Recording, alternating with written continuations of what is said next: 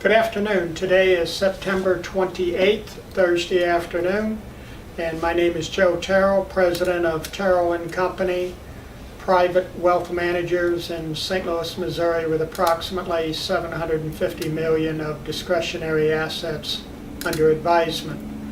Wanted to take the opportunity to update you on our latest thoughts on the economy, interest rates, inflation, investment markets. And as always, helping me today is Brian Curtis. Brian, if you're ready, let's move on and start talking a little bit about the economy and what's going on around the world. As things have evolved this summer, and actually if we back up to spring, as the year 2017 has evolved, and here we are, as I mentioned earlier, on the 28th of September, we become more confident than ever that world economies are beginning to step up economic growth, and in straight talk, they're improving all over the world. We look for this to continue. The hesitation that we've seen around the world to invest, to borrow money, is now, in our opinion, somewhat behind us. So even if we don't get any good legislation out of Washington, D.C., or London's continued Brexit, we look for economic growth in the United States to be north of 3%, maybe even north of 3.5%. And with that will come a number of events, something that we're extremely confident of. Interest rates are going higher.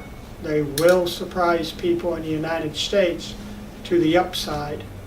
A 10-year government bond at 2.3% as of today makes no sense in an economy that is growing north of 3% with an inflation rate that's north of 2%. That rate must come up.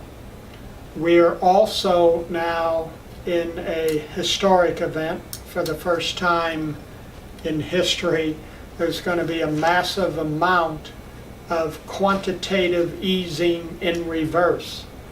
The Federal Reserve Bank of the United States is going to normalize their balance sheet. And what that simply means is they're going to attempt to remove $2 to $2.5 trillion, that's right, with a T, trillion dollars off of their financial statement. They'll do that by basically and simply draining that money from the financial system. This also will surprise people to the pressure it's going to put upward on interest rates. We see a 10-year government bond going well north of 3% in the next 6 to 9 months. One of the key events that is yet to happen, but it will happen, they've already started talking about it, is Central Bank of Europe is going to stop quantitative easing that is holding their bond yields at ridiculously low levels. When they stop, those interest rates in Europe are going to come up, which will also put upward pressure on our 10-year U.S. government bond. In our opinion, a 10-year government bond at 2.3 is being held artificially low by buyers around the world who cannot get anything close to that in their domestic market. Once their domestic markets are allowed to find price discovery, then that will also put upward pressure on our 10-year. So the improvement around the world in the economy, as well as action to reverse years of providing liquidity to markets, will increase interest rates, and we think it's going to surprise people to the upside, meaning that it'll be closer to a 4% yield on the 10-year than it will a 3% yield. The comment that we'd like to make on investment markets is bond prices are grossly overvalued, particularly bonds that have long durations or even longer maturities. We continue to try and keep our maturity somewhere within the next year. Duration on our portfolios is less than 1 year. This is the only way you can protect yourself against increasing interest rates and still make some income. Equity prices are also strained, not because corporate profits won't hold up, but because when you value stocks, you basically take a net present value and discount future cash flows, future dividend streams, etc. When you use a higher interest rate in order to come up with your net present value, it's a lower price. Said in another manner, if interest rates go up and there becomes an alternative to stocks, there will not be the type of demand that we've seen in the last 5 years, where buyers all over the world have bought U.S. stocks simply because there was no alternative. If interest rates go back up around the world like we think, an alternative is going to develop.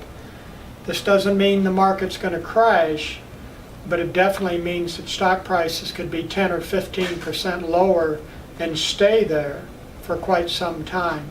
So we are very cautious on stocks. We still like the energy sector, and we like things that will benefit from higher rates of inflation. Part of what the Fed is trying to do on normalizing their balance sheet is just that. They're trying to remove printed money from the economy before it begins to create inflation. Well, that's already happening. The US dollar is falling, and we will have higher rates of inflation, certainly something north of 2%. So we think it's a good time with stock and bond prices both at all-time record highs to be extremely careful and cautious about how we invest money. Financial stocks are a beneficiary of higher interest rates. We think they'll continue to do okay. But short of that, it again is a good time to be very cautious.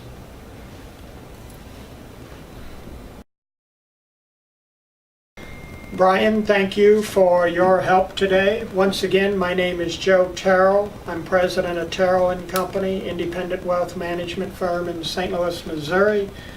Been in business 37 years now, and we will be back again. Today's the 28th of September 2017, and we'll be back again in 3 weeks to a month with a updated comment.